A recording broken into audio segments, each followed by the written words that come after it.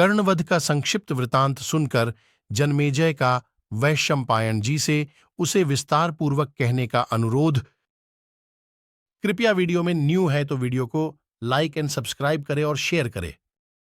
अंतर्यामी नारायण स्वरूप भगवान श्री कृष्ण, उनके नित्य सखा, नरस्वरूप नरश्रेष्ठ अर्जुन, उनकी लीला प्रकट करने वाली भगवती सरस्वती और उन लीलाओं का संकलन करने वाले महर्षि वेदव्यास को नमस्कार करके जय महाभारत का पाठ करना चाहिए। वैशंपायन जी कहते हैं, राजन, द्रोणाचार्य के मारे जाने पर दुर्योधन आदि राजाओं का मन अत्यंत उद्विग्न हो गया था। वे सब के सब द्रोणपुत्र अश्वत्थामा के पास आए। मोहवश उनका बल और उत्साह नष्ट सा हो गया था। वे द्रोणाचार्य लिए बारंबार चिंता करते हुए शोक से व्याकुल हो कृपी कुमार अश्वत्थामा के पास उसके चारों ओर बैठ गए। वे शास्त्रानुकूल युक्तियों द्वारा 2 घड़ी तक अश्वत्थामा को सांत्वना देते रहे। फिर रात हो जाने पर समस्त भूपाल अपने अपने शिविर में चले गए।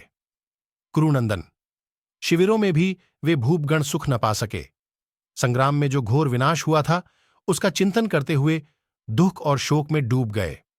विशेषतः सूतपुत्र कर्ण, राजा दुर्योधन, दुःशासन तथा महाबली सुबलपुत्र शकुनी, ये चारों उस रात को दुर्योधन के ही शिविर में रहे और महात्मा पांडवों को जो बड़े बड़े क्लेश दिए गए थे उनका चिंतन करते रहे। धूत क्रीड़ा के समय जो द्रुपद कुमारी कृष्णा को सभा में लाया गया और उसे सर्वथा क्लेश पहुंचाया गया, उसका बारंबार स्मरण करके वे शोकमग्न हो जाते और मन ही मन उद्विग्न हो उठते थे। राजन, इस प्रकार पांडवों को जुए के द्वारा प्राप्त कराए गए उन क्लेशों का चिंतन करते करते उनकी वह रात 100 वर्षों के समान बड़े कष्ट से व्यतीत हुई। तदनंतर निर्मल प्रभात काल आने पर दैव के अधीन हुए समस्त कौरवों ने शास्त्रोक्त विधि के अनुसार शौच, स्नान, संध्या वंदन आदि आवश्यक कार्य पूर्ण किया।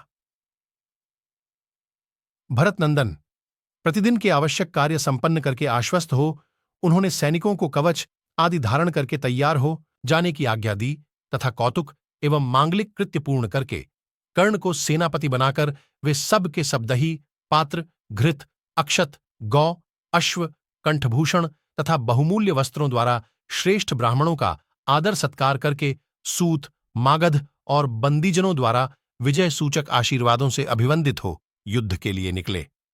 राजन, इसी प्रकार पांडव भी पूर्वाहन मेन किए जाने वाले नित्य कर्मों का अनुष्ठान करके तुरंत ही शिविर से बाहर निकले।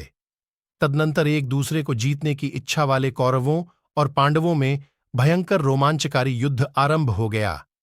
राजन, कर्ण के सेनापति हो जाने पर उन कौरव पांडव सेनाओं में 2 दिनों तक अद्भुत युद्ध हुआ। उस युद्ध में शत्रुओं का महान संहार करके कर्ण धृतराष्ट्र पुत्रों के देखते देखते अर्जुन के हाथ से मारा गया।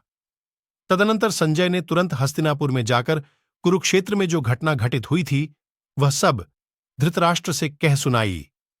जन्मेजय बोले, ब्राह्मण, गंगानंदन भीष्म तथा महारथी द्रोण को मारा गया सुनकर ही बूढ़े राजा अंबिकानंदन धृतराष्ट्र को बड़ी भारी वेदना हुई थी।